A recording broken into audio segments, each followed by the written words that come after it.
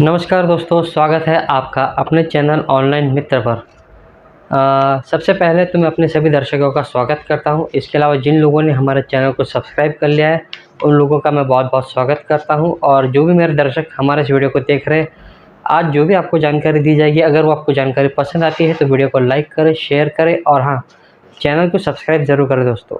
तो चलिए हम बढ़ते हैं हमारे वीडियो की तरफ। तो हम जानते हैं कि 1 अप्रैल 2024 के बाद एपीएस में क्या-क्या बदलाव आने वाला है। तो जो सबसे पहला बदलाव आ रहा है वो है टू फैक्टर ऑथेंटिकेशन का शुल्क।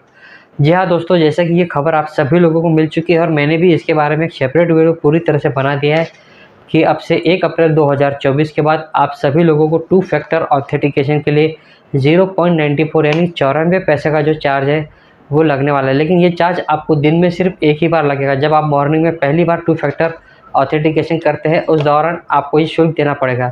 हालांकि इसकी आधिकारिक घोषणा सिर्फ और सिर्फ एयरटेल पेमेंट बैंक के द्वारा की गई है। बाकी किसी भी अन्य पोर्टल पर अभी तक इसके बारे में कोई जानकारी नहीं दी गई है। इसके अलावा हम बात करते हैं 31 मार्च यानी कि आज के दिन आपके पास जितने भी L0 डिवाइस थे, मैं आपको पहले ही बता दूं दोस्तों कि L0 डिवाइस जो है वो 30 जून 2024 तक वैलिड है और वो चलने वाले हैं। लेकिन कुछ डिवाइसेस जो कि पिछले 5 वर्षों से चालू है, मतलब पुराने डिवाइस है और जिनका आरडी सर्विस पिछले वर्ष 1 जनवरी 2023 के बाद रिन्यू नहीं किया गया था, ऐसे डिवाइसेस को 31 मार्च 2024 के बाद पूरी तरह से सिस्टम से हटा दिया जाएगा। इसके बाद अगला जो अपडेट आता है वो है आइरिस स्कैनर के बारे में। जैसा कि आप सभी लोगों को पता है कि आइरिस स्कैनर अब सभी पोर्टल में लाइव होने वाला है। फिलहाल ये पहले किस पोर्टल में काम करता था? ये पहले काम करता था फिनो पेमेंट बैंक में और इसके अलावा कुछ और भी पोर्टल थे जिसमें ये काम करता था लेकिन फिनो पेमेंट बैंक में इस पर काफ़ी दिक्कत आ रही थी, खासकर तब जब टू फैक्टर ऑथेंटिकेशन का सिस्टम लागू हुआ 1 जनवरी 2024 के बाद। उसमें दिक्कत ये आती है दोस्तों कि जब हम टू फैक्टर ऑथेंटिकेशन करते हैं तो उस दौरान हमको पहले बायोमेट्रिक डिवाइस लगाना पड़ता है और उसके बाद फिर आइरिस, और अगर आइरिस में किसी कस्टमर का बायोमेट्रिक मिसमैच आता है तो उस दौरान फिर हमें फिर से बायोमेट्रिक डिवाइस कनेक्ट करके टू फैक्टर ऑथेंटिकेशन करना पड़ता है। ऐसे में फिनो पेमेंट बैंक में आइरिस डिवाइस को लेकर काफ़ी दिक्कत आ रही थी। अब इसके बाद ये जो डिवाइस है वो आपको स्पाइस मनी पोर्टल पर जो है लाइव हो चुका है। आइरिस के माध्यम से जब भी आप कस्टमर का पैसा विड्रॉल करने का प्रयास करते हैं तो उस दौरान आपको टू फैक्टर ऑथेंटिकेशन का मतलब आपको रिटेलर का जो है फिंगर लगाने के रिटेलर का फिंगर और उसकी आई स्कैन करने की कोई आवश्यकता नहीं, सिर्फ दिन में आपको एक ही बार करना पड़ता है। इसके अलावा जो अगला अपडेट है वो है IIBF का सर्टिफिकेट को लेके। जैसा कि आप सभी लोगों को पता है कि अब जितने भी BC पॉइंट है, चाहे आप किसी भी कंपनी के साथ में काम कर रहे हो, तो अब आपको बहुत ही जल्द इसका भी एक नोटिस मिलने वाला है कि आपको IIBF की एग्ज़ाम देकर उसका सर्टिफिकेट हमारे पोर्टल पर अपलोड करना। भले आप किसी भी कंपनी के साथ में काम करते हो, चाहे आप पे नियर बाय हो, स्पाइस मनी हो, फिनो पेमेंट बैंक हो, एयरटेल पेमेंट, चाहे आप किसी का भी काम करते हो, कोई भी प्राइवेट या फिर गवर्नमेंट बैंक का पोर्टल होगा तो वहाँ पर आपको IIBF का सर्टिफिकेट अपलोड करना होगा। फिलहाल अभी इस एग्ज़ाम पर कुछ दिनों के लिए रोक लगाई गई है क्योंकि इसमें कुछ चेंजेस आने वाले, जिसके बारे में मैं आपको पिछले वीडियो में बता चुका हूँ कि आपको ऑनलाइन या फिर ऑफलाइन किसी भी माध्यम से आपको ट्रेनिंग लेनी होगी और उस ट्रेनिंग जिस भी माध्यम से आप ट्रेनिंग लेंगे, जब वहाँ का ट्रेनर जो है, मतलब जो आपको ट्रेनिंग देगा, वो जब आपको वहाँ से अप्रूवल देगा कि हाँ भाई अब इनकी ट्रेनिंग कंप्लीट हो चुकी है, और वो वहीं से आपको एग्ज़ाम का स्लॉट जो है वो बुक करवा के देगा। इसके अलावा अगला जो है एक ये बहुत ही महत्वपूर्ण अपडेट है, इसको ज़रा भी इग्नोर मत कीजिए क्योंकि ये NPCI और RBI ये दोनों की गाइडलाइन के अनुसार है।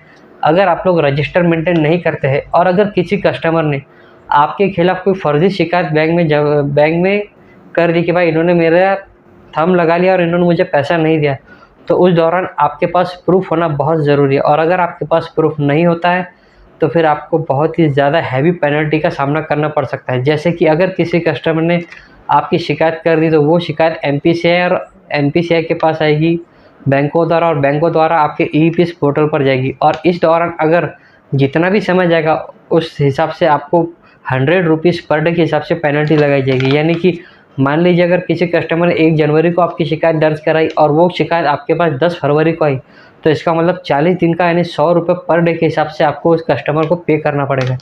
और चाहे इस प्रोसीजर में 60 दिन में लग गया तो आपको 6000 रुपये पे करने पड़ेंगे दोस्तों। इसीलिए आपसे रिक्वेस्ट है कि आप रजिस्टर मेंटेन ज़रूर करें। अगर ये अभी तक आपको किसी ने भी बताया नहीं है तो मैं आपको बता देना चाहता हूँ कि 100 रुपीज़ पर डे के हिसाब से आपको पेनल्टी पे करनी होगी। अगर आप एक जेन्युइन रिटेलर है, आप ये काम आगे भी करना चाहते हैं तो इसके लिए आपको एक ही काम करना होगा, रजिस्टर मेंटेन करना शुरू कीजिए। भले ही आपके पास सीसीटीवी कैमरे हो कोई बात नहीं, लेकिन आप रजिस्टर मेंटेन ज़रूर कीजिए और उसमें कस्टमर की सिग्नेचर ज़रूर लीजिए। इसके अलावा कुछ अपकमिंग अपडेट्स आने वाले हैं जो कि अप्रैल या फिर उसके आगे वाले महीनों में आएंगे। जैसे कि हम पहला अपडेट देख चुके हैं आईरिस स्कैनर, जो कि अब सभी पोर्टल में लाइव होने वाले हैं। इसके बारे में हमने एयरटेल पेमेंट बैंक के अधिकारी से भी बात की तो उनका कहना है कि हमारे पोर्टल पर भी लाइव होगा, लेकिन अभी टाइम है। इसके अलावा एक मनी ट्रांसफ़र को लेकर भी एक अपडेट आने वाला है दोस्तों। जैसा कि आप सभी लोगों को पता है कि हमारे पास बहुत सारे कस्टमर आते हैं जो कि कहते हैं कि हमें फ़ोनपे या गूगल पे के माध्यम से पैसा कस्टमर को सेंड करना है, लेकिन ऐसे में किसी भी मनी ट्रांसफ़र पोर्टल पर अभी इसकी कोई सुविधा नहीं कि हम यूपीआई के द्वारा कैश देने की सुविधा हो या फिर यूपीआई के द्वारा मनी ट्रांसफ़र करना हो। इसमें कई जो रिटेलर है वो अपने प्राइवेट बैंक अकाउंट का ही इस्तेमाल करते हैं। हालांकि ये करना इनलीगल है, क्योंकि अगर आपके पास कभी इनकम टैक्स का कोई नोटिस आता है तो उस समय आपको इसमें जवाब देना पड़ेगा, और ऐसे में अगर वो कस्टमर कोई फर्जी या फिर कोई आपराधिक प्रवृत्ति का निकलता है तो इसके लिए आपको कोर्ट के चक्कर लगाने पड़ सकते हैं। इसके अलावा जो मनी ट्रांसफ़र का ये जो अपडेट है, जो कि एनपीसीआई ने जो है कुछ नवंबर दिसंबर के दौरान ही इस अपडेट को जारी किया था न्यूज़पेपर्स में कि मनी ट्रांसफ़र जो है वो मोबाइल नंबर यानी बगैर आईएफएससी कोड के मोबाइल नंबर और बैंक को सेलेक्ट करके मनी ट्रांसफ़र जो है हो जाएगा। लेकिन इसमें भी फ़िलहाल टाइम है। ये पहले 1 फरवरी 2024 से शुरू होने वाला था, लेकिन किसी कारणवश इसे आगे बढ़ा दिया गया और हो सकता है कि ये अपडेट आप अगर ये आ जाता है तो इसमें काफ़ी सारे रिटेलरों को फ़ायदा ही होने वाला है, यानी कि आपका मनी ट्रांसफ़र का बिज़नेस बढ़ने वाला है। क्योंकि अगर आपको सिर्फ जैसे अभी जो मौजूदा प्रोसेस वो क्या करें, हम कस्टमर का अकाउंट नंबर लेते हैं, आईएफएससी कोड डालते हैं और फिर वेरीफाई करते हैं।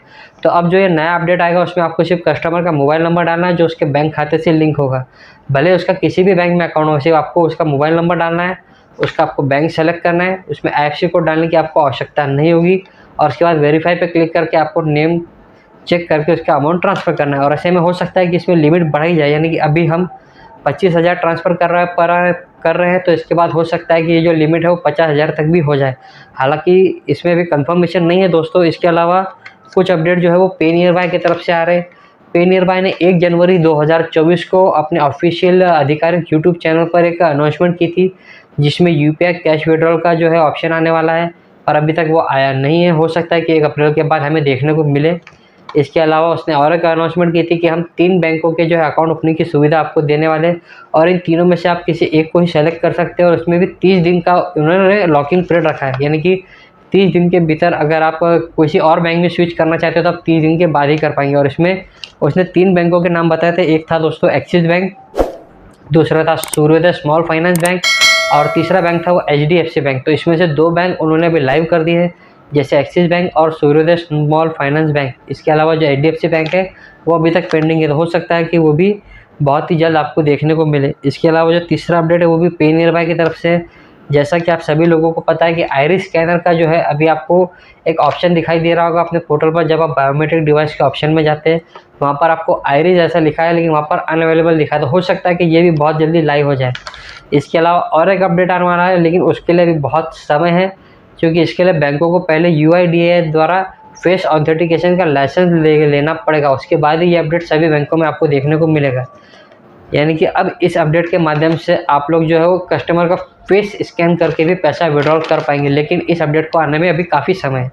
अगर आप लोग फेस स्कैन करके कस्टमर का जो है विड्रॉल अगर करना ही चाहते हैं तो सिर्फ एक ही बैंक 2 बैंक इसकी आपको सुविधा प्रदान करती है। वो है आपको एयरटेल पेमेंट बैंक और दूसरी है एचडीएफसी बैंक। हालांकि एचडीएफसी बैंक में कुछ कस्टमर्स का मैंने निकाल के देखा है तो नहीं निकल रहा है, लेकिन कुछ कस्टमर्स का निकल जा रहा है। तो ऐसे में अभी फ़िलहाल मैं ये नहीं कहूँगा कि एचडीएफसी बैंक से पैसा विड्रॉल हो रहा है या नहीं, लेकिन एयरटेल पेमेंट बैंक से आप फेस स्कैन करके पैसा निकाल सकते हैं, लेकिन इसके लिए आपके पास एयरटेल पेमेंट बैंक की आईडी होना ज़रूरी है। और उसके बाद आपको क्या करना है, अगर फेस से पैसा निकालना है तो आपको जाना होगा ईपीएस ऑप्शन में, वहाँ पर आपको एयरटेल पेमेंट बैंक सेलेक्ट करनी होगी, तो वहाँ से आप पैसा निकाल सकते हैं। बाकी अगर आप डायरेक्टली कैश विड्रॉल के ऑप्शन पर क्लिक करेंगे तो वहाँ पर आपको कस्टमर का बायोमेट्रिक ही लगाना पड़ेगा। इसके अलावा एक और जो अपडेट है जो कि स्पाइस मनी द्वारा है, और ये बहुत ही सबसे बढ़िया अपडेट है, जो मुझे जो काम करने का मतलब स्ट्रेस फ्री जो कहते हैं हम, जिसमें मानसिक तनाव नहीं होता, तो वो काम हमें जो 31 दिसंबर से जो पहले हम लोग करते थे ईपीएस का काम, उसी तरह का काम अब स्पाइस मनी ने फिर से शुरू किया। यानी कि अब आपको कस्टमर का बार बार फिंगर लगाने की आवश्यकता नहीं होगी। मतलब जब भी आप रिटेलर का जब फिंगर लगाते कस्टमर का फिंगर लगाने के बाद, तो वो आपको दिक्कत नहीं आएगी अगर आपके पास आइरिस स्कैनर डिवाइस है मंत्रा का। अगर आप लोगों के पास मंत्रा का 100V2 जो डिवाइस है आइरिस, वो अगर है तो आप स्पाइस मनी पोर्टल के द्वारा कस्टमर का पैसा आसानी से निकाल सकते हैं। इसमें आपको अपना फिंगर या अपना आई स्कैन करने की आवश्यकता नहीं है। सिर्फ दिन में आप जब स्टार्टिंग फर्स्ट टाइम करते हैं तो उस दौरान आपको अपना स्कैन करना पड़ेगा। उसके बाद दिन भर में आप चाहे कितने भी ट्रांजेक्शन करें, आपको रिटेलर का फिंगर या फिर आई स्कैन करने की आवश्यकता नहीं है। फिंगर अगर आप फिंगरप्रिंट डिवाइस का इस्तेमाल करते हैं तो उस दौरान आपको इसका इस्तेमाल करना होगा। हालांकि इस नए अपडेट के बाद एक और दिक्कत बढ़ गई कि जब हम कस्टमर को बायोमेट्रिक के द्वारा विड्रॉल करते हैं तो वहाँ पर रिटेलर का आधार नंबर हमें बार बार टाइप करना पड़ रहा है, और अगर ये गलती इसमें 2 या 3 बार हो जाती है तो हमारे आईडी को 24 घंटे के लिए लॉक कर दिया जाता है। तो आज के दोस्तों अपडेट में इतना ही था। अगर आपको जानकारी पसंद आई हो तो आप वीडियो को लाइक करें, चैनल को सब्सक्राइब करें। हमारा टारगेट दोस्तों सब्सक्राइबर का सिर्फ 5 है। अगर आप में से कोई भी दर्शक हमारे वीडियो को पसंद करते हैं तो मेरा एक ही रिक्वेस्ट है आपसे कि प्लीज़ हमारे चैनल को सब्सक्राइब ज़रूर करें।